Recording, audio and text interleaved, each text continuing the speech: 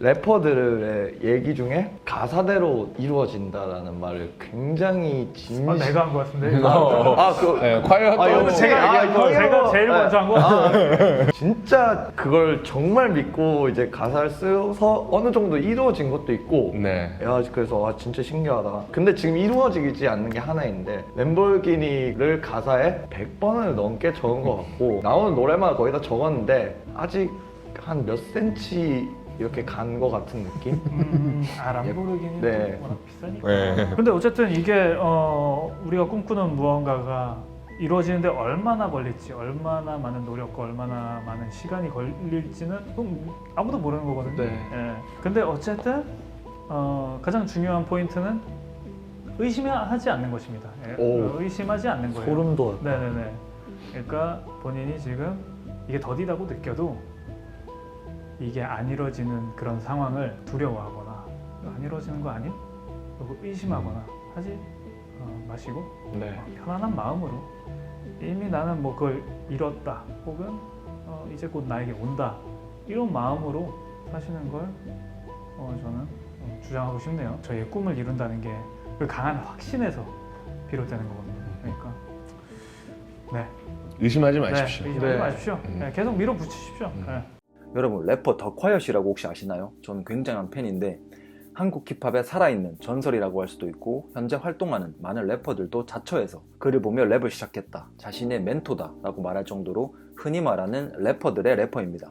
그는 전혀 인기 있는 음악이 아니었던 힙합이라는 음악 장르로 엄청난 성공을 이뤄냈고 지금도 자신을 보며 꿈을 꿨던 래퍼들을 서포트하며 자신이 사랑하는 힙합 문화가 한국에서 잘 자리 잡고 성장하는데 큰 역할을 하고 있습니다. 지금 이렇게 보면 정말 놀라운 게 물론 아주 엄청 옛날이긴 하지만은 2007년인가 2018년인가 서울에서는 아니고 제가 살던 부산에서 힙합 공연을 했었는데 관객이 한 20명 정도 왔었습니다. 그런데 그때 게스트로 버벌진트, 스윙스 같은 현재 유명한 래퍼들도 오는 공연이었는데도 그랬던 거죠. 제가 지금 얘기하는 더콰이엇이 그 시절 부산에 왔을 때도 아주 작은 공연장에 몇십 명밖에 없었습니다. 그 당시에는 이 문화가 계속 발전하는 건 힘들어 보였습니다. 그리고 그때 제가 봤던 래퍼 중 90% 이상이 더 이상은 활동하지를 않습니다. 당시 미래가 없어 보였던 그 힙합씬에서 계속 활동하는 것으로 입에 풀칠하기도 힘들어 보였기 때문에 당연한 수순이었던 것 같기도 합니다. 하지만 그런 최악의 상황에서부터 거의 15년이 지난 현재까지도 한국에서 절대 살아남을 수 없을 것 같던 이 음악 장르가 살아남았고 몇몇 선구자들과 게임 체인저들이 이 게임을 여기까지 계속 잘 이끌어오고 있습니다. 그중 아주 큰 역할을 한 것이 바로 이 더콰이엇인데요. 그렇게 무엇도 보장되지 않는 본보기도 없는 성공한 사례도 없던 그런 씬에서 어떻게 자신을 믿고 끝까지 나아가서 살아남고 엄청난 성공을 거두고 문화 자체를 발전시키는데 기여하는 사람이 될 수 있었을까요? 그는 수조 원이 된다는 미국의 자기개발 시장에서도 아주 큰 부분을 차지하고 있는 성공학, 현실화, 끌어당김의 법칙의 원리를 그대로 사용했습니다. 랩을 자기 암시 그 효과가 있다고 하셨죠. 예, 그럼요. 예, 그거 있죠. 그게 뭔가 그러니까 내가 그냥 되고자 하는 거에 대해서 막 말하면 그게 되는 뭐 그런. 그렇죠. 예. 그래서 제가 웬만하면은 저도 가사를 긍정적인 말들과 긍정적인 어떤 방향으로 쓰려고 하고 그거를 또 추천을 해드리거든요. 왜냐면은 저희가 쓰는 이 가사와 노래들이 저희의 삶을 꽤 많이 결정짓게 돼요. 알게 모르게. 예. 그럼 뭐 가수는 노래 따라간다는 말도 있듯이 그 말이 저는 정말 맞다고 생각하거든요. 뭐 가수뿐만 아니라 모든 사람들이 본인이 하는 습관적으로 하는 말들이나 혹은 행동들대로 살게 돼 있거든요. 그런 게 어쩔 수 무의식적으로 없는 거예요. 예. 영향을 진짜 자기 암시니까. 네네네. 이게 어떤 뭐 과학적 원리가 있는지 그건 거기까지는 제가 정확히는 모르겠습니다만 근데 사실 궁금해서 찾아본 적도 있어요. 예전에 책들 뒤져가면서. 근데 어쨌든 네, 그런 효과가 있기 때문에 웬만하면은 좀 좋은 말들과 불렀을 때 뭔가 저한테 좋은 에너지가 될 수 있는 그러니까 이런 방법론 자체를 그 형님의 커리어로 증명하고 계시기 때문에. 간단하게 그가 여기까지 온 과정을 살펴보면서 어떻게 그가 이 원리를 이용해 왔는지 살펴보겠습니다. 그는 16살 때부터 집에서 랩을 쓰고 비트를 만들며 음악을 시작했고 2004년 같이 음악하던 동료들과 함께 소울 컴퍼니라는 레이블에서 활동하며 언더그라운드에서 활동했습니다. 처음에는 동아리 수준이었지만 인터넷에서 그들의 음악이 조금씩 알려지고 점점 언더그라운드 힙합씬이라는 것이 형성되기 시작하면서 그들이 그 씬 안에서 아주 큰 파트를 차지하고 있었습니다. 점점 자리를 잡기 시작하고 그들이 클럽에서 공연을 열면 원래는 몇십 명에서 그쳤지만은 이제는 몇백 명씩 올 정도로 어느 정도 팬 베이스가 갖춰진 문화가 되기 시작한 거죠. 모두가 듣는 가요가 지겨운 홍대의 힙쟁이들이 듣는 그런 멋진 언더그라운드 음악, 뭐 약간 이런 느낌으로 된 거죠. 그래서 좀 힙하고 세련된 음악으로 인정해주기 시작하게 된 거죠. 그리고 그 시절 여러 가지 스타일들이 있었지만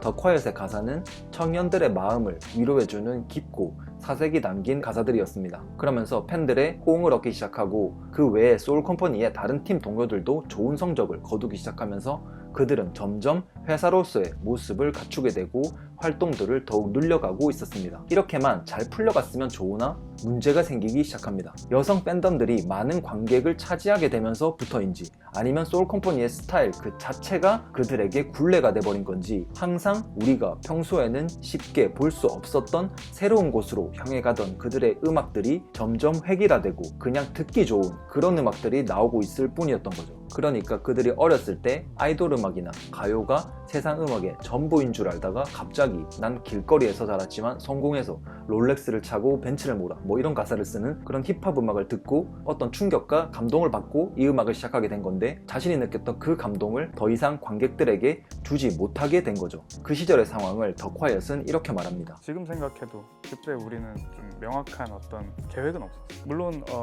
어떤 부분에서 우리가 새로운 걸 개척해낸 것은 맞지만 그게 전부가 되어버렸거든. 몇 년을 하면서 이제 어느 정도 안정권에 왔기 때문에 되게 나태해졌었어. 그래서 나는 나 스스로에게 굉장히 불리한 선택을 해야 했지. 6년, 7년 정도 쌓아온 거를 등지고서 아예 새로운 곳으로 나아가야 됐고 그게 나는 미래라고 믿었어. 한국 힙합의 혹은 나의.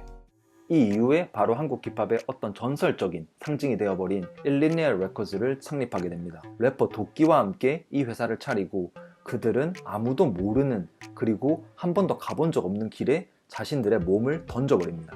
그리고 그 이후에 더 콰이엇은 과거 6년 커리어 동안 쌓아왔던 자신의 캐릭터를 내려놓고 완전히 새로운 것을 가져옵니다. 우리는 하나 누구도 결코 원자가 아니야. 내가 만약 외로움을 느낀다면 그것은 착각. 어서 그곳에서 빠져나와. 청년의 마음을 위로하고 공감되는 가사를 쓰던 그가 돈 세는 것도 질려 이제 난 정말로 필요해. 지폐를 세는 기계가. 갑자기 이런 유치뽕짝 돈자랑 가사를 가지고 온 거죠. 그래서 사람들은 이게 진짜 미국 냄새나는 힙합이다. 걔네들도 다 돈자랑 하잖아. 뭐 이런 사람들도 물론 있긴 있었지만은 거의 대부분의 기존 팬들은 굉장히 반발했습니다. 가사 깊이가 대체 어떻게 된 거냐, 이게 대체 무슨 일이 벌어진 거냐, 대체 이 형 뭐야, 대체 한국에서 그런 게 통할 것 같냐, 이렇게 된 거죠. 그렇게 여론으로만 봤을 때는 다들 욕하고 비난하고 그들을 떠날 것처럼 보였습니다. 하지만 일리니어는 계속 승승장구를 하기 시작했는데요. 언더그라운드 래퍼 최초로 롤렉스도 사고 벤츠도 사고 산 것들을 자랑하는 가사를 또 노래로 만들고 그래서 또 공연을 하고 또 그걸로 회사를 키워가고 더 많은 음악을 내고 아주 많은 공연을 열면서 엄청나게 성장하게 된 거죠. 왜 다들 그렇게 안 좋아하는 것처럼 보였는데도 성장할 수 있었을까요? 한국에서는 그 당시만 해도 돈자랑 같은 가사는 상상도 할 수 없었습니다. 뭔가 돈을 좋아하고 돈을 탐하고 이렇게 돈을 좋아하는 걸 티내는 모습을 우리는 안 좋게 생각하는 성향이 강하잖아요. 지금은 많이 변했겠지만 뭐 그 시절은 더 심했겠죠. 그래서 사람들이 이 사람들 무슨 천하게 돈 자랑을 하냐 뭐 이렇게 하는 마음속 깊은 곳에 그런 어떤 본능을 건드렸던 거죠. 근데 불편은 한데 나를 자극하는 뭔가가 있었던 거죠. 그들의 행보가 궁금하고 정말 안마오고 저렇게 계속 자랑하며 잘 살 수 있을지도 뭐 궁금하고 뭐 그러겠죠. 그리고 이제는 많은 사람들이 인정하는 사실이지만 누구나 더 많은 돈을 벌기를 원합니다. 정말 돈이 많아서 돈의 한계 효용이 0인 사람은 아닐 수도 있겠지만 대부분은 그렇겠죠. 하지만 우리는 겉으로는 그렇지 않은 척하며 살 수밖에 없습니다. 여러 가지 사회적 이유, 개인적 이유, 뭐 체면도 있고 뭐 그런 것들 때문이죠. 그래서 한편으로는 그 누구나 있는 본능을 저렇게 멍청하고 무식한 저런 가사로 시원하게 뱉어주니까 또 속이 시원한 면 또 있는 거죠. 지폐를 세는 기계가 이거 생각이 나는데 그러니까 다른 의미로 가슴을 울린 겁니다. 이걸 이해했던 힙합 밴들은 이 노래가 나왔던 2012년 수많은 깊고 멋있고 사색에 잠긴 그런 멋진 가사들을 다 제치고 2012년 힙합 플레이어 어워드 올해의 구절로 정말로 필요해 지폐를 사는 기계가 라는 구절이 선정되기도 했습니다. 그들은 우리 안에 어떤 섀도우를 건든 거죠. 우리 안에 그림자. 그리고 우리 안에 그 어두운 면, 그 섀도우를 건드렸을 때 누군가는 패러다임의 시프트가 일어나고 누군가는 엄청난 분노감을 느끼게 됩니다. 도끼가 예전에 어떤 인터뷰에서 했던 이야기가 있는데요. 그게 무슨 이야기였냐면 우리 음악을 좋아하는 사람들은 우리가 하는 자랑에서 느껴지는 긍정적인 바이브를 자기가 하고 있는 거로 느끼기 때문이고 우리 음악을 싫어하는 사람은 자기 앞에서 누군가가 돈 자랑을 하고 있는 것 같은 불편함을 느끼기 때문이라고 그랬습니다. 그러니까 똑같은 걸 받아들이더라도 자신이 어떤 관점에 있느냐에 따라 완전히 다르게 느낄 수 있다는 거죠. 그리고 그들의 돈자랑은 단순히 그냥 돈자랑이 아니라 아무것도 없던 내가 나의 직감을 믿고 나에 대한 믿음을 가지고 열심히 계속해서 달려왔더니 자신의 상상보다 더 큰 부가 찾아왔다. 그리고 이 기분은 정말 짜릿하고 행복하다. 그리고 그 기분을 음악에 담겠다 해서 담은 게 바로 이런 가사의 음악들입니다. 단순히 돈자랑이 아니라 정말 원하는 것을 얻고 부자가 됐을 때의 느낌을 전하는 예술인 거죠. 그리고 그 기분을 극대화할 수 있게 가끔은 정말 어처구니 없고 가장된 가사들이 나오게 된 거죠. 뭐 그냥 돈이 많다 이것만 계속 얘기하면 재미가 없으니까 돈이 너무 많아서 뭐 돈이 쌓여서 내 집 천장을 뚫었다든지 뭐 그런 식의 뭐 말도 안 되는 그런 가사들이 나오기 시작한 거죠. 이런 걸 보면은 현실화, 끌어당김이 전하는 지혜와 아주 비슷하기도 합니다. 자신을 믿고 이미 원하는 것을 이룬 사람처럼 살아라. 감정, 느낌, 기분을 바꿔라. 부자가 되겠다고 말하면서 속으로는 계속 불안해하면 안 된다.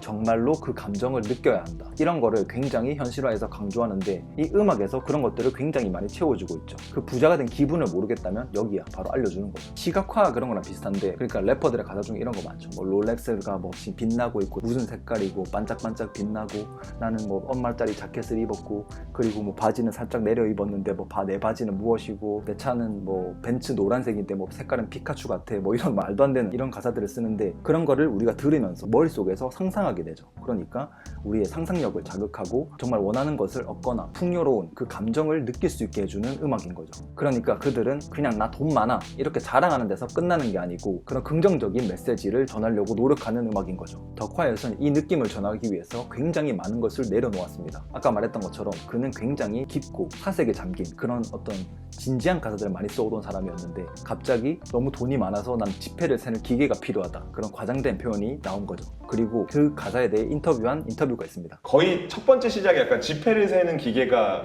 때부터 약간 그 포문을 연 것 같은데 이제 래퍼들이 보통 그런 느낌의 가사를 적다가 아 요거는 좀 그러겠지라는 그 자기 검열에 갇힐 수 있는데 그쵸. 어쨌든 그거를 세상에 내놨고 또 반응이 왔잖아요. 긍정적인 반응도 왔고 네. 부정적인 반응 왔을 때 계속 어쨌든 그런 가사를 계속 만들어낸 네. 본인의 어떤 마인드셋이 어땠는지. 그러니까 이게 그건 것 같아요. 네. 원래 그렇게 쓰시던 분이 아닌 걸 저희는 그치. 누구보다 잘하는데 어느 순간부터 그렇게 깨신 거니까. 이게 어떻게 보면 시도를 한 거니까 네네네. 그런 거를 물어보고 싶어요. 이 스타일, 이 새로운 이 힙합 스타일 그 당시에는 그게 되게 신선한 거였잖아요. 이걸 어떻게 표현하고 어필할 수 있을까? 그 곡의 가사에 대해서 되게 좀 나름대로 깊게 오래 생각을 했었어요. 쓰기 전에. 저는 그렇게 좀 신중하게 쓴 가사는 아마 그렇게 몇 없을 거예요. 제 가사 중에 어떻게 사람들한테 이 매력을 전할 수 있을까라고 생각했을 때 이거는 가사가 재밌지 않으면 안 된다라는 거였어요. 네, 정말 말도 안 되는 되게 과장된 표현들이 등장을 해야 되고 그게 정말 꽂히게 써야 되고 뭐 다양한 타입의 웹 가사는 있지만 그래도 힙합의 재미가 뭐겠어요. 이런 가사는 처음 들어보는데 우리가 한 중학생 때쯤 돼서 이제 세상에 아이돌 음악 말고 다른 게 있다는 걸 딱 인지했을 때 랩을 듣고 충격을 받았잖아요. 아마 거의 다 그럴 거라고 보거든요. 그리고 아 이게 가능하구나. 가사라는 건 다 이런 건 줄 알았는데 그 바깥 세상에 이렇게 무궁무진한 그 말들과 표현들이 이렇게 난무할 수 있구나. 거기서 오는 어떤 뭐랄까 해방감. 그걸 힙합은 제공을 해야 된다고 봅니다. 네. 좋은 말이에요. 네, 진짜. 정말.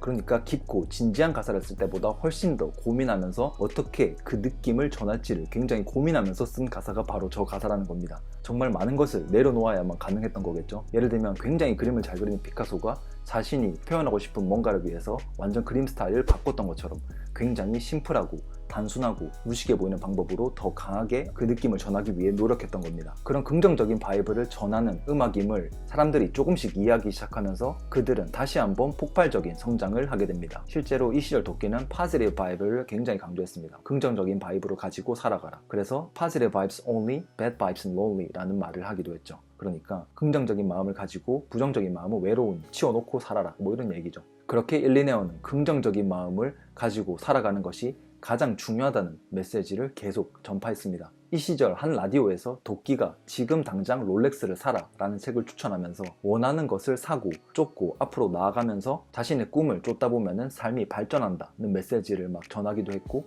힙합 팬들 사이에서는 그 책이 유행이기도 했었습니다. 그리고 그들이 이렇게 말하는 만큼 그들의 성과들이 이를 뒷받침해주고 있었습니다. 덕화역과 도끼가 각각 벤츠를 사면서 만든 노래인 Give It To Me라는 노래가 있는데, 거기 도끼 가사가 이런 게 있었습니다. 이런 가사가 있는데, 그러니까 현재는 벤츠를 가지고 있고 미래에는 롤스로이스 고스트를 가질 줄 누가 알겠냐, 뭐 이런 가사였는데, 그게 5억을 훌쩍 넘어가는 차였기 때문에 그때까지만 해도 Who know 이렇게 하면서 약간 그럴 수도 있지 않을까, 이 정도로 항상 긍정적이고 확정적인 가사를 쓰던 도끼조차도 한 발 빼면서 이 가사를 썼었는데, 결국에 몇 년 안에 실제로 도끼는 롤스로이스 고스트를 갖게 됩니다. 그러니까 엄청난 성장을 계속하고 있었던 거죠. 그들은 자신의 음악 활동도 성공적으로 해내고 또 서브 회사도 만들어서 후배들도 서포트하고 힙합씬에도 아주 큰 영향을 끼치고, 그리고 2020년 7월 6일에 해체하면서 각자의 길을 걷게 됩니다. 그리고 덕화얏은 여전히 후배들을 서포트하고 이런저런 힙합을 위한 컨텐츠를 만들고 공연을 열어 계속 힙합씬에 기여를 하고 있습니다. 저의 어떤 다른 아이디어와 생각과 어떤 수많은 또 결정들이 존재를 하지만 저의 직감들은 다 정말 잘 맞았던 것 같아요. 심지어 제가 의심했던 그런 것들마저도 시간이 좀 지나고 나면 어떤 식으로든 증명이 되더라고요.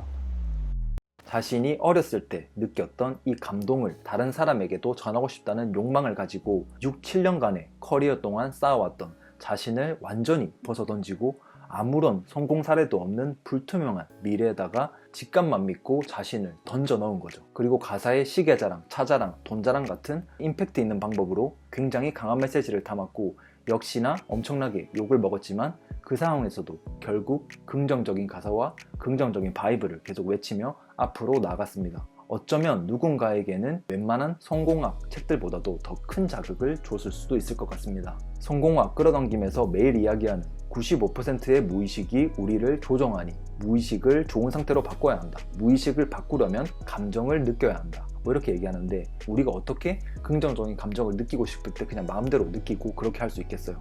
그러면은 우리 아무도 화 안 내고 정말 행복하게 뭐 그렇게 살 수 있겠죠? 하지만 그게 쉽지가 않습니다.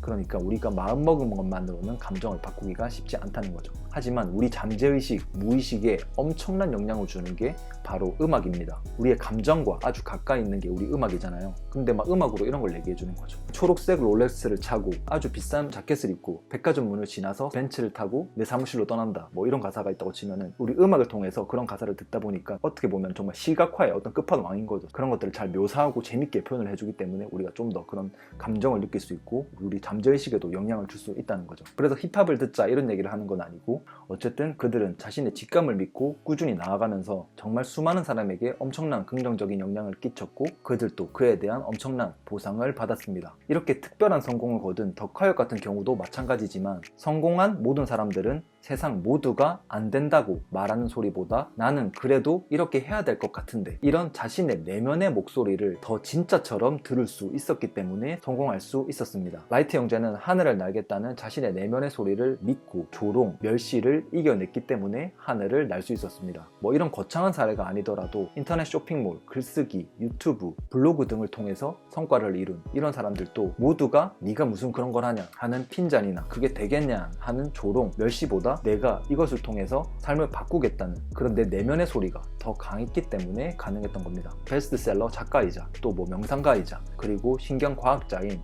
샘 해리스는 지혜라는 것은 단순히 자신 안의 조언을 따르는 능력이다 라고 말했습니다. 내 내면의 어떤 직감이나 아이디어 등을 받아들이고 실천하게 하는 능력이 지혜라는 거죠. 그러니까 지혜는 단순히 학교를 가서 공부하고 그러면서 외부에서 그냥 어떤 지식이 들어오는 게 아니라 외부와 나의 소통을 통해서 생겨난 나의 아이디어를 실천하게 하는 능력이라는 거죠. 그만큼 내 안의 직감, 내면의 소리가 굉장히 중요하다는 겁니다. 그리고 교육이라는 뜻의 education의 라틴어 유래를 보면은 키우다, 이끌어내다, 인도하다 라는 뜻을 가지고 있는데, 이것은 교육은 단순히 지식을 주입하는 것이 아니라 개인의 잠재력을 이끌어내고 개발하는 과정이라는 겁니다. 그러니까 교육은 단순히 외부에 있는 지식을 받아들이는 게 아니라 외부에 있는 공부를 통해서 내 안에 뭔가를 꺼내고 그걸 발전시키는 과정이라는 겁니다. 그래서 우리의 내면을 아는 것이 굉장히 중요한데, 우리는 외부 세계에 이끌려 살며 내면을 전혀 살피지 못하고 있습니다. 나의 어떤 근원과 세상과의 소통에서 답을 찾는 게 최고의 결과를 가져다 주고 그게 교육이고 지혜라는데, 나의 어떤 근원을 모르니 계속 내 안에 풍요와는 멀어지게 되는 거죠. 너무 철학적인 이런 이야기처럼 들릴 수도 있는데 아닙니다. 이런 이야기를 한 샘 해리스조차도 신경과학자이듯이 여러 방식의 명상과 호흡운동, 감사하기 훈련, 시각화 이런 것들이 실제로 우리의 신경 패턴을 다르게 합니다. 그러니까 우리의 뇌와 몸이 소통하는 그런 신경회로가 달라진다는 겁니다. 실제로 깊은 명상 상태일 때 나라는 존재에 대한 생각을 내려놓게 됩니다. 실제로 자아와 관련된 생각, 과거에 대한 후회 혹은 미래에 대한 걱정, 그리고 자기 반성 뭐 이런 것들을 담당하는 디폴트 모드 네트워크의 뇌 영역 부분들의 활동이 감소합니다. 그러니까 나는 누구고, 내 이름은 뭐고, 나는 뭘 해야 되는 사람이고, 나는 오늘 뭐 해야 되고, 어제는 뭐 했던 사람이고, 내일은 또 이것까지 끝내야 되고, 이런 것들, 이런 활동이 꺼진다는 거죠. 그렇게 됐을 때 우리의 뇌와 몸의 신경회로가 더 옳은 방식으로 소통을 하고 있었다는 겁니다. 스트레스나 트라우마 이런 것들 때문에 우리의 신경회로가 왜곡된 방식으로 소통하는 것이 아니라 제대로 소통하기 시작했다는 거죠. 그러니까 내 몸에 집중하는 경험, 그리고 내 안을 들여다보는 경험, 그리고 내 내면과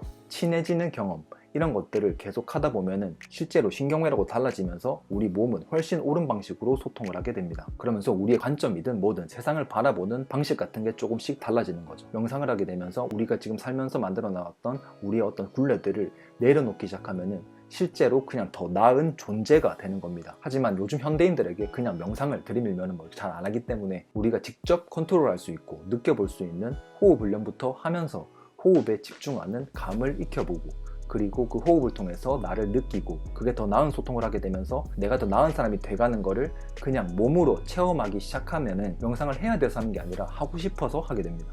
그러니까 일단 호흡부터 먼저 발전시키는 게 굉장히 중요합니다. 호흡부터 먼저 발전을 시켜서 육체적, 정신적 그런 건강도 먼저 챙기면서 내 안에 지혜까지 발전시켜서 나를 바꾸고 그리고 주변을 바꾸는 길로 나아가는 이 시작을 호흡 훈련이나 명상으로 시작해 보시기를 추천드립니다. 제가 지금 진행 중인 1분 1호흡 챌린지로 시작하셔도 좋습니다. 이 챌린지는 요가바디를 창립하고 요가바디 채널을 운영하면서 큰 요가 커뮤니티를 만들어낸 루카스 라콜드의 호흡 코스를 제가 이수하고 브리딩 티처로서 가르쳐 드리는 거라 안전하고 예상 가능하며 과학의 근거를 두고 아주 쉽게 접근할 수 있도록 제작됐습니다. 그래서 우리 감정, 무의식과 가장 관련이 깊은 자율신경계, 교감신경, 부교감신경과 호흡의 관계 등을 배우고 새로운 호흡을 하면서 1분에 1호흡을 만드는 챌린지입니다. 이렇게 1분 1호흡을 할 수 있게 되면 내 몸을 느끼는 방식이 달라지고 세상을 바라보는 방식 자체가 달라지게 됩니다. 실제로 몸이 달라지면 우리는 이 세상을 보는 관점도 달라지게 되는 거죠. 그러니까 스탠포드의 신경과학자 앤드류 휴버만이 말했듯이 우리의 마음은 몸 전체입니다. 우리의 뇌에 척수가 연결되어 있고 척수에서 우리의 신경계들이 퍼져나가고 신경계들은 또 몸과 우리 장기들과 연결되어 있고 서로 소통하면서 우리는 살고 있기 때문에 우리의 감정이나 어떤 기억들, 트라우마들이 우리 몸에 남아있는 거죠. 그냥 뇌의 기억들로만 남아있는 게 아니라는 겁니다.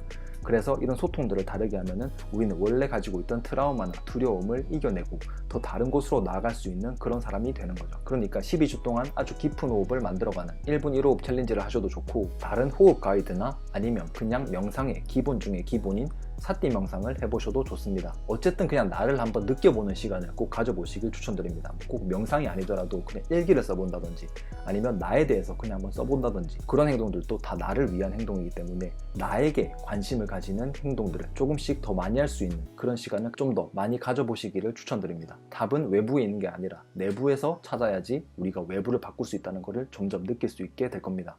제가 쓰는 방법은 저는 매사에 이 방법을 쓰는데 꼭 화뿐 아니라 심지어 저는 기쁨에도 이 방법을 써요. 뭐 몇 발자국 떨어져서 저의 이 그 느낌과 이 그 감정과 이 호르몬의 변화를 관찰합니다. 네. 그냥 그 관전 모드로 TV를 보듯이. 그러니까 마치 이렇게 떨어져서 너를 네네, 지켜보듯이. 네네네. 그러니까 저는 좀 어렸을 때부터 그런 거라 하게끔 그냥 스스로 좀 이렇게 연습을 했던 것 같은데, 그러니까 내가 어떤 감정에 이렇게 취하려고 할 때 지금 내가 뭘 느끼고 있는지 한번 이렇게 확인하는, 나의 어떤 이런 지금 상태, 감정 상태나 나의 변화 이런 것까지도 제3의 눈으로, 그러니까 몇 발자국 떨어져서 내가 지금 나한테 일어나고 있는 이 감정 변화, 마음의 일들을 가지고 행동에 옮기기 전에 한번 이거 모니터 스피커로 듣는다 생각하고 한번 들어보세요.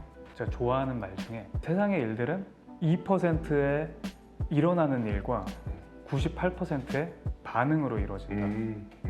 그러니까 사실상 이 사건은 별게 아닌데 우리의 리액션이 그거를 훨씬 크게 만든다. 그렇죠. 라는 거죠. 그러니까 화에도 또 여러 가지 방법이 있어요. 혼자 화내는 방법이 있고 그 화를 인스타그램에 올려서 퍼뜨리는 방법이 있고 우리가 그 순간 선택권이 무궁무진하잖아요. 아니면 친구한테 전화해서 야 나 진짜 지금 이것 때문에 되게 열받아서 이런 방법도 있고 여러 가지 방법이 있는데 그 중에 아니면 참는 방법이 있고 아니면 그냥 넘기는 방법이 있고, 그러니까 여기서 무엇을 택할 것인지는 그거는 온전히 ON의 것이기 때문에 그 권리를 쓰십시오.